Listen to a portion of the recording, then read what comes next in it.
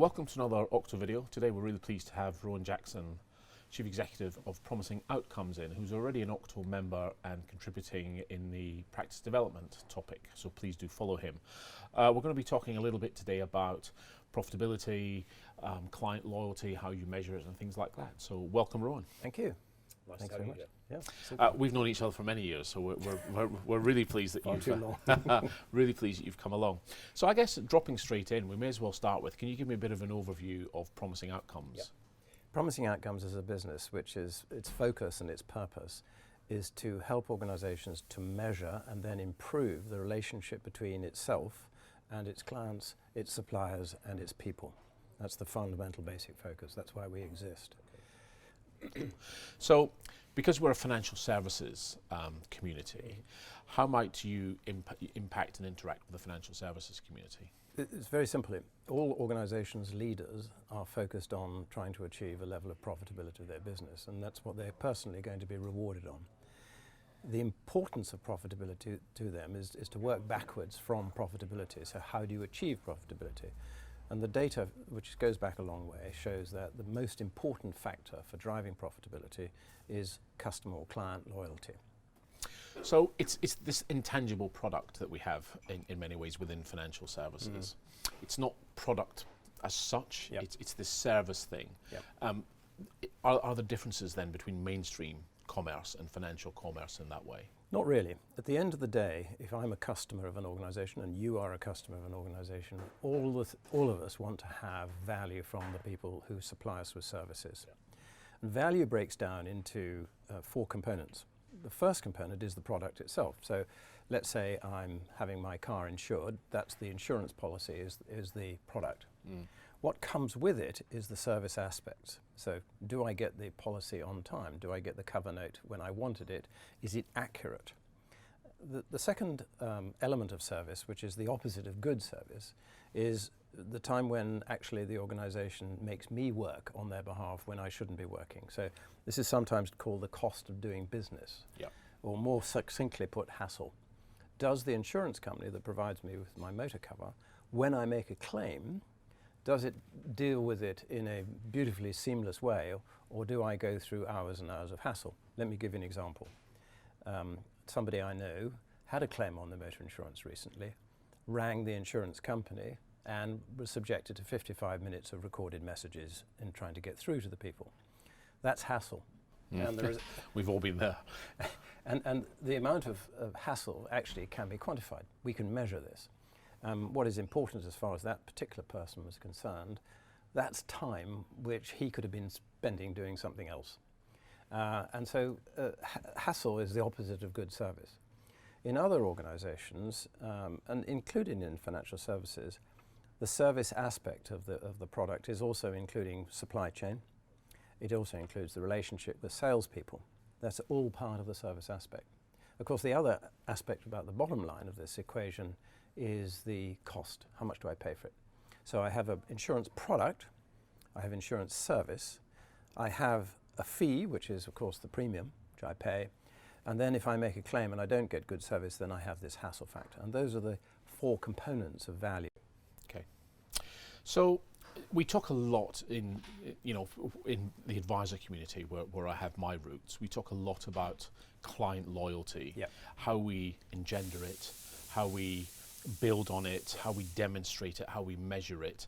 I guess with all the work you've done with retail financial services, that you've pretty well done that track and have been able to outline some of that stuff. Absolutely. And this is a very interesting area to work in because, first of all, it's very, very competitive. The second is that because in many cases in financial services, whether it's banking or insurance or private banking, whatever it is, the actual products are very, very similar. And I've had some fun with investment bankers over the years and teasing them that their particular product is different from the competitors. And very often it's not. Or the differences are so small they're not noticeable.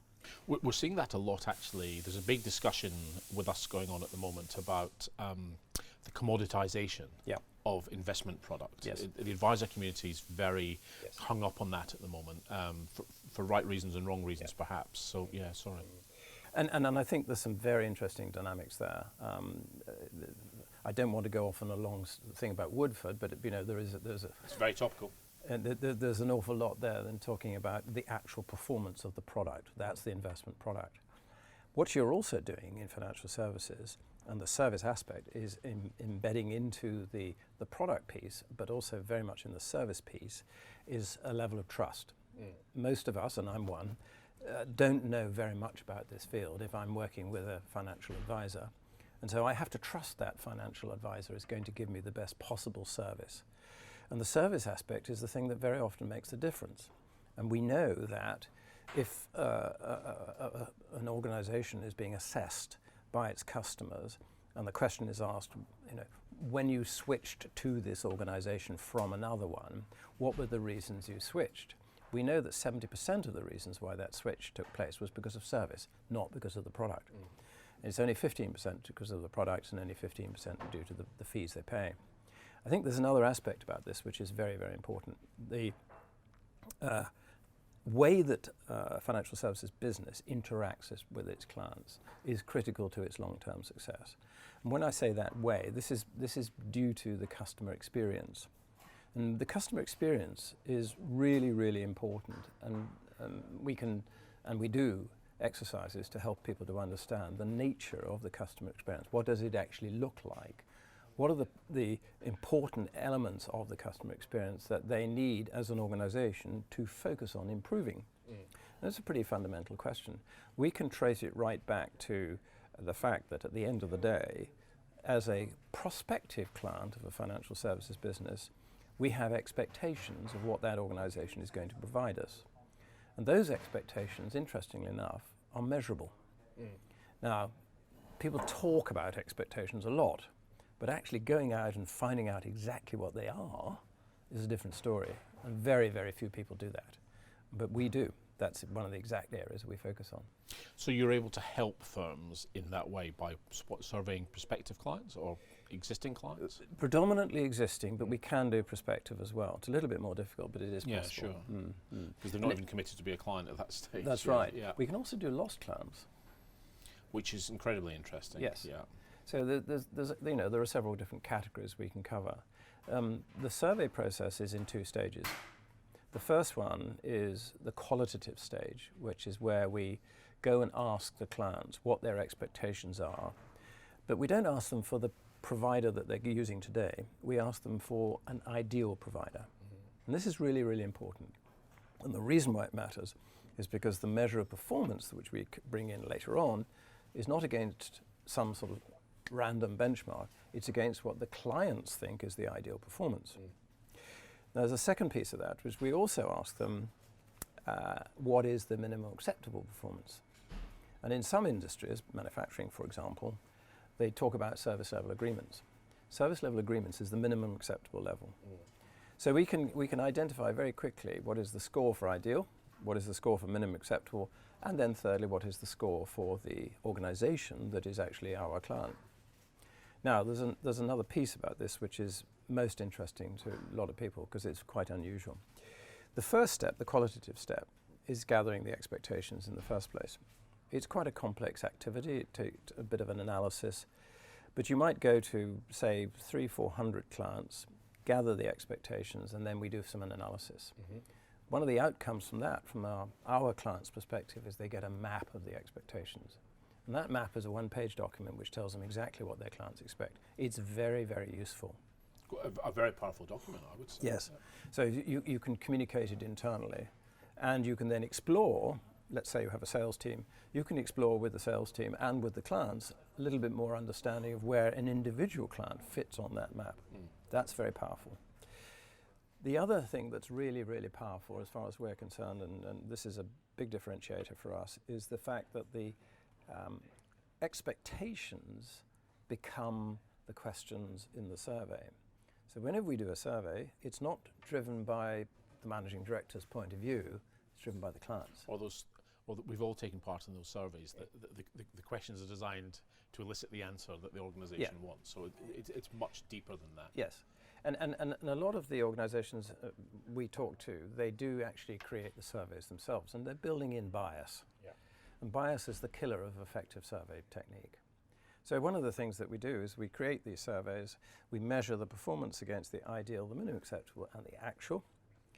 And then the last thing we can do, depending on the number of people who respond to the survey, we can actually measure the performance of competitors. This tends to get the chief executive's juices flowing because it's what they really, really would like to know. There's two things that come out of this. The first one is the data gives us the opportunity to identify and pinpoint very accurately the areas for improvement. So what we're doing is measuring the customer experience, identifying areas where the organization needs to improve, and then setting out with them, and this is the third part of our process, to actually make those improvements. The improvements are prioritized. So we can say, this is the one you need to focus on first. Yeah. This is where you need to put investment. We all know of organizations, and I'm sure that some of the Octo members will relate to this, where they've made improvements, but they don't have data, evidence, to show that that was the correct improvement to make. At that particular time. At that particular time. Yeah.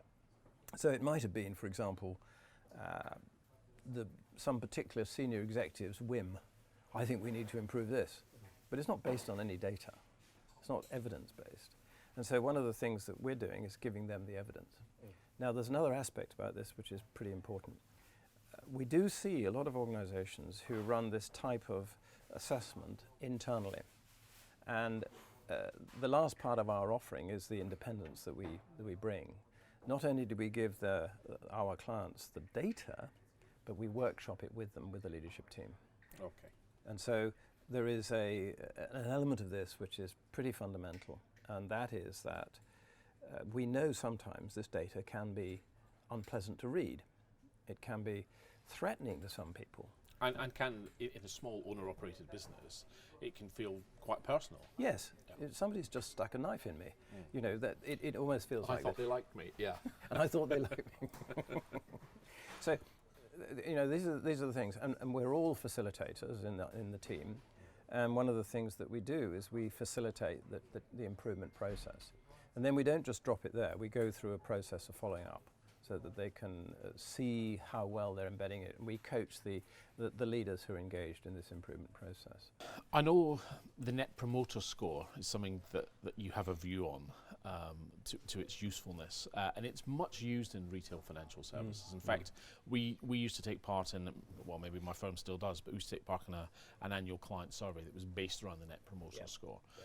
Do you want to expand on your views on NPS? Yes, and interesting enough, the Wall Street Journal in May had an article about, I can't remember the exact wording, but it was something like the management fad that has some dubious natures about it. And if you take the Net Promoter Score right back to the beginning, its originator is a man called Fred Reichelt, who was a partner in Bain and Company. And Fred Reichelt in the 1990s wrote a really excellent book called The Loyalty Effect. It's still probably the best book on the subject in the market. And one of the interesting things about that book is that he points out that there is a mathematical correlation between financial results and loyalty. So that, people knew it intuitively. In fact, your village corner shop would have known about this intuitively. Yeah. And they would have said, well, that's common sense. But what we knew in those days, it wasn't commonplace. So Reichelt wrote the book, and he talked about the improvement of retention of clients. If you can do that 5% year on year, you can improve profitability by a range. It's 20% to 125%, and it varies from industry to industry. I used to work in advertising. The figure was 95%. So there is an ability to start predicting that if we can improve loyalty, then we can improve our profitability. Later, after he wrote the book, Reichelt wrote a Harvard Business Review article called The One Number You Need to Grow. And that one number is a number related to the number of your customers who are willing to, who are likely to recommend you to another. And that is the heart of the Net Promoter Score system. The system is very simple, and Bain, by the way, still sell it today, and they still, chasing after people who use it without their permission. The challenge that Reichelt's found is that, having written a Harvard Business Review article on this subject, it's gained a huge amount of popularity, and in the Wall Street article recently, Wall Street Journal article, he actually expressed a degree of irritation that the original concept had been hijacked and taken and being used in the wrong way. Right. And I'm not going to disagree with him on that because I think he's right. There's a couple of problems with the Net Promoter Score, and it really goes back to the most basic idea of all. If you're going to survey your customers, any person who's got any expertise in doing customer research will tell you that asking one question is not going to give you the right answer. And that's what the Net Promoter Score does. The question is, will you be happy to recommend these people? In fact, they use the word willingness or likelihood, and there's a dispute about which is the best word. The concept of the Net Promoter Score is very simple. If you can use a scale, and they use a 0 to 10 scale, which is an 11-point scale, you can identify those customers who give you a 9 and a 10, and they call them promoters because they're going to promote your business. Then you look at those who are 7 and 8, and those are neutrals. And then you look at the 0 to 6s, which are detractors.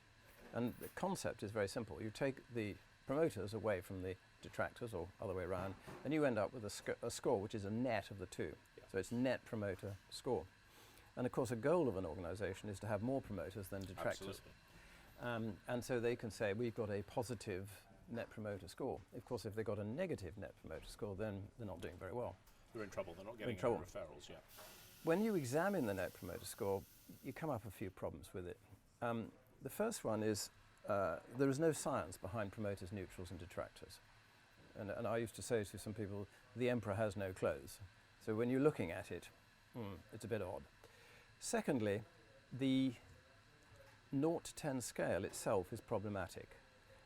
You'll find that psychometricians will tell you that you cannot actually manage a 0 to 10 scale. And we use a 1 to 7 scale, which is the maximum. Which is becoming much more common. It is becoming much more common, yeah. And there are all sorts of reasons for that. I don't really want to go into those now, but there is a lot of reasons for it.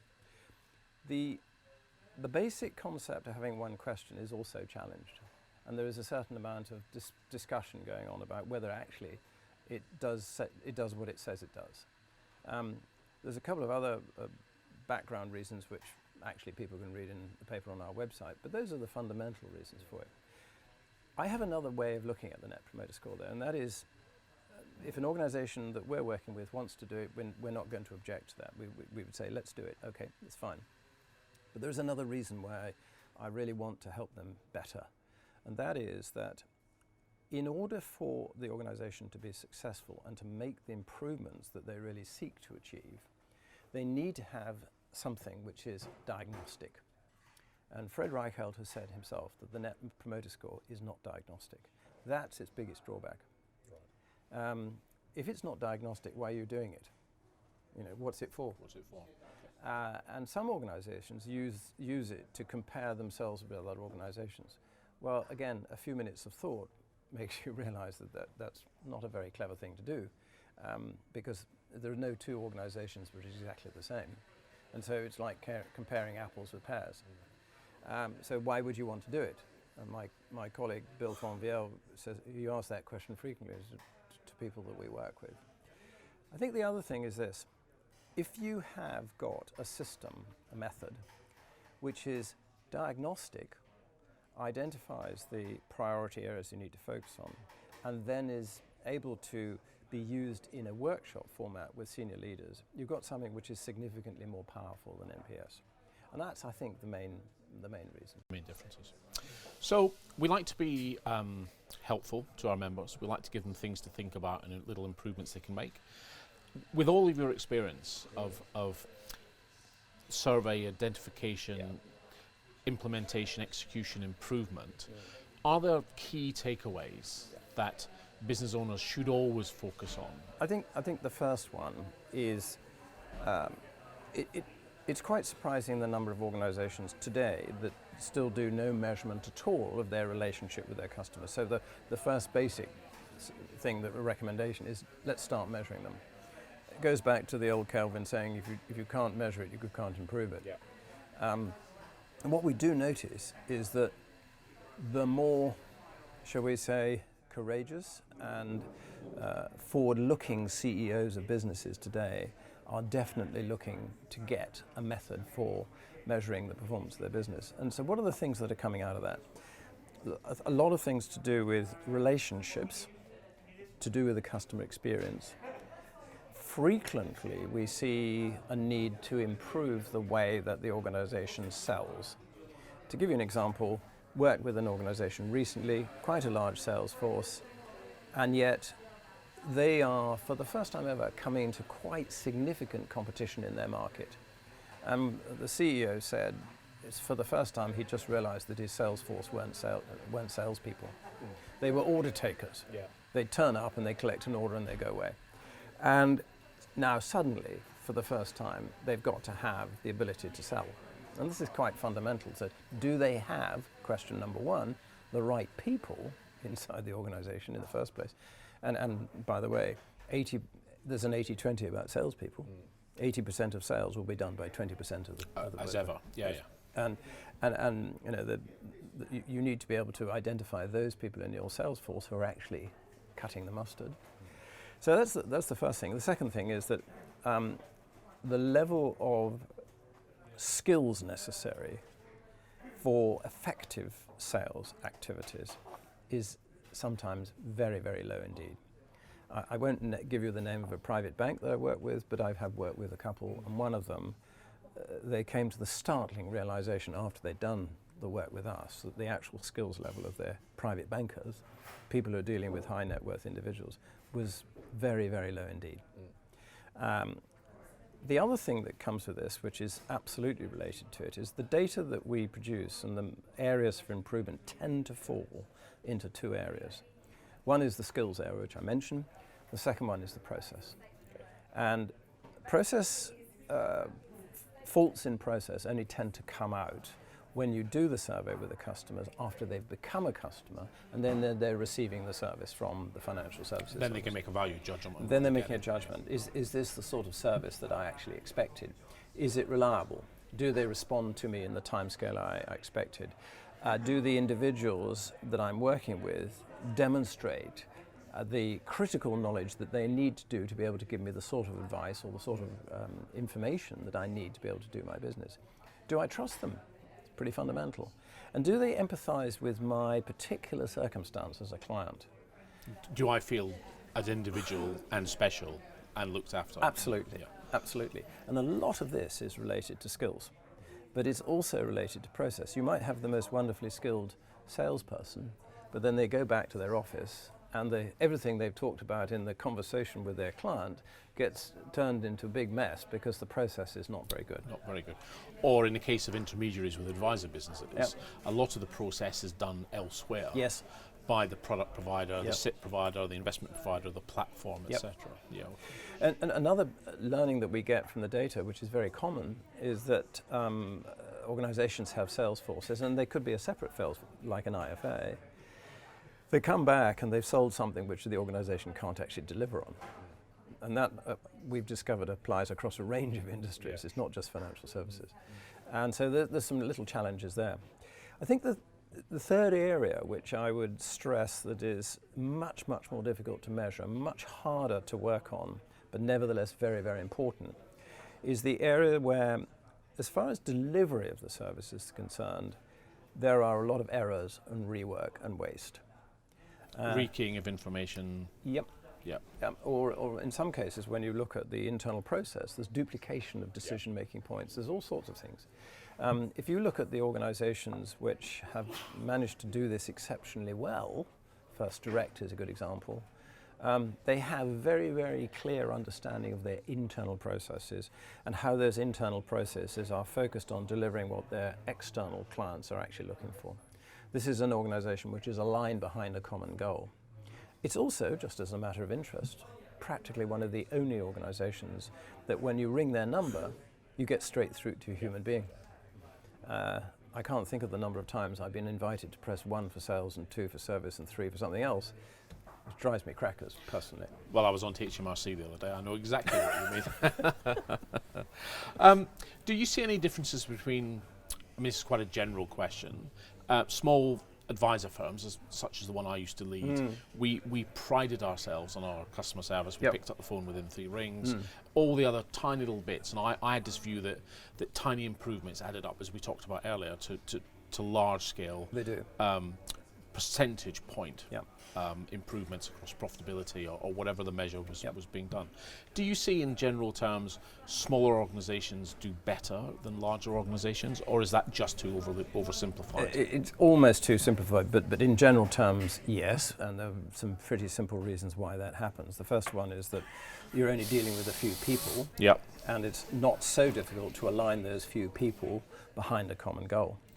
I think secondly, the people in that business are very often the owners of that business, so they have much more of a personal angle to get it right. And you can see that their personal levels of joy when they do and frustration when they don't. Yeah. So there's a very much a personal aspect to that, which matters a lot. It's quite interesting when you're looking at fintech and things like that, insurtech, they're very small businesses. And they're still and many of them in that stage where they're still giving a very personal service.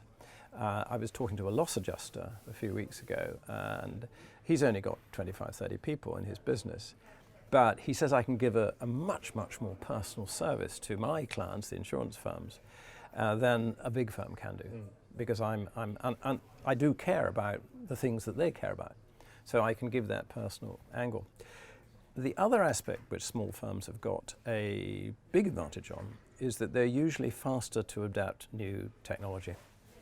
And that means that they can be more agile in terms of the way they deliver things. They may have the ability to buy simpler, faster, better software. Many of them are using artificial intelligence today to help them to do that. Even small firms are. Yes, even small firms. And indeed, quite a lot of the fintech firms are doing that. And so that they do have an advantage. The trouble about the big organizations, and I work with big insurance firms and big banks, is they're just big.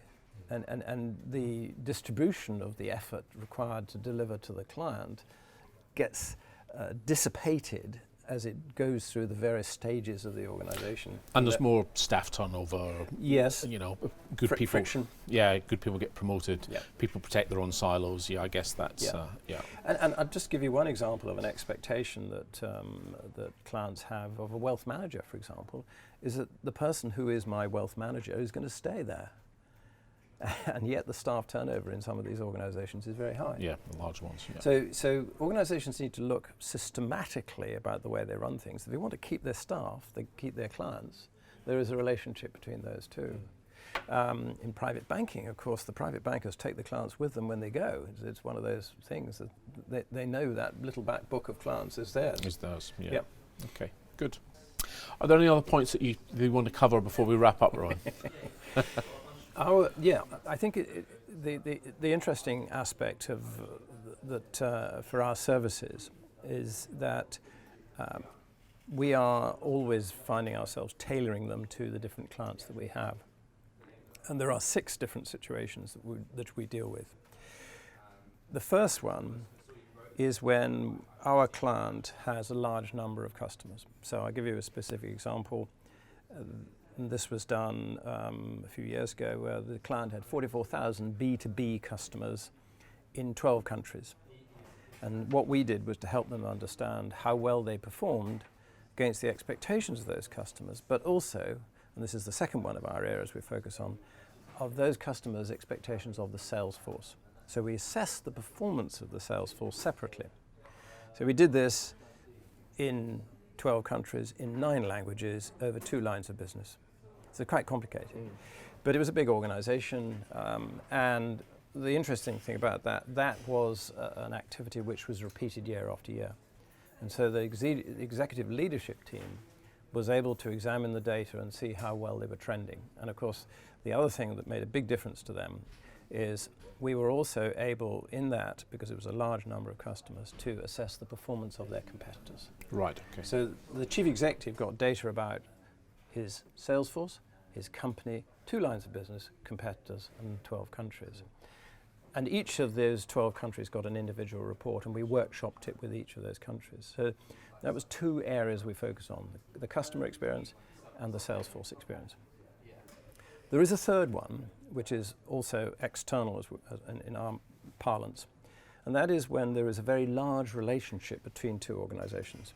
So I'll give you an example. This is an insurance organization that we work with, one of the largest brokers in the world, and they had a very, very large relationship with one of the largest insurers in the world. And we measured the relationship between those two organizations. So in this case, in the London office, there was about 25 people who focused exclusively on that insurer. So all the business that the broker was bringing went through that team and then went to the insurer.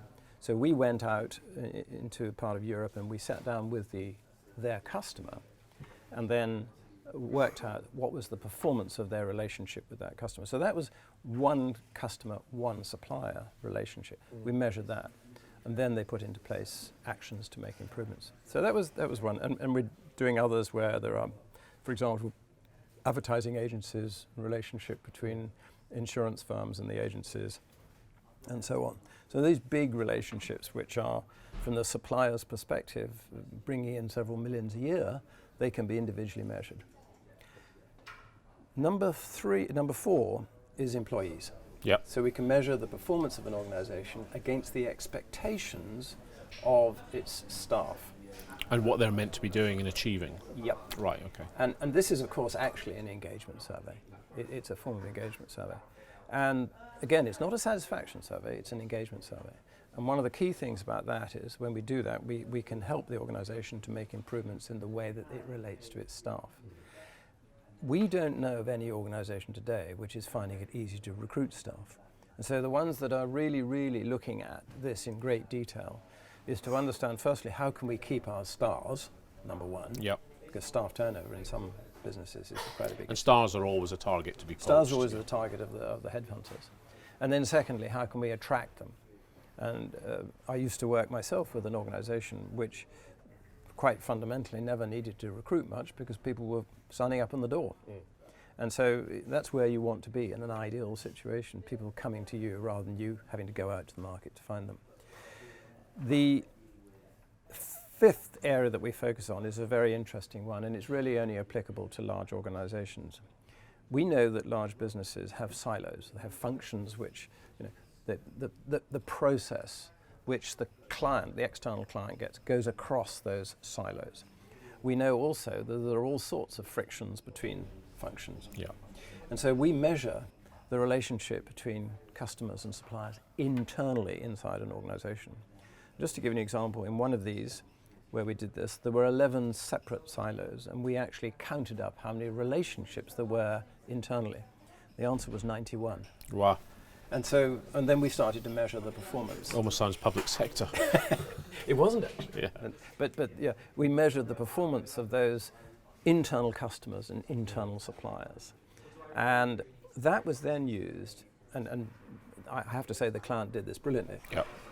That was then used as the evidence for showing how internally the service that the external customer got needed to be improved, because there was always friction between handoffs internally.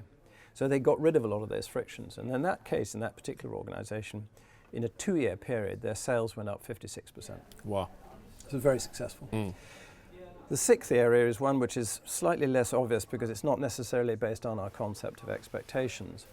It's the degree to which the level of senior executives below the board or below the executive management team are aligned behind the objectives of the leadership team. We know that's a critical level. So if an example of an organization outside financial services that we worked is Diageo. The executive leadership team of Diageo was a board of about 11 or 12 people, but the next level was 90 people. And so one of the things that we can do is measure the performance of the organization and the degree of alignment of those people towards the strategy. And that's a separate process that we also use. But really powerful. Really powerful. You get it indeed. right, yeah. Well, you need to know what is going on inside your organization. And most CEOs love this. And they just say, yes, I really would like to know what's actually happening at that level. And of course, when we facilitate the results with them, we've got if you like, a box of techniques which we can help them to accelerate that level of alignment and what they also hope to be eventually empowerment. And engagement with values and Yes. strategy and All of those things. And so can we get our organisation, and DIG was a big one, can we get our organisation to be aligned behind a common direction? And these are things which really do matter. And they have an impact on all sorts of other things, including customer retention, employee retention, and in some cases even supplier relationships. Good. Thank you. Thank you for joining us for yet another Octo video. Really interesting. Lots to think about in developing our business. We're very grateful to Rowan for coming in.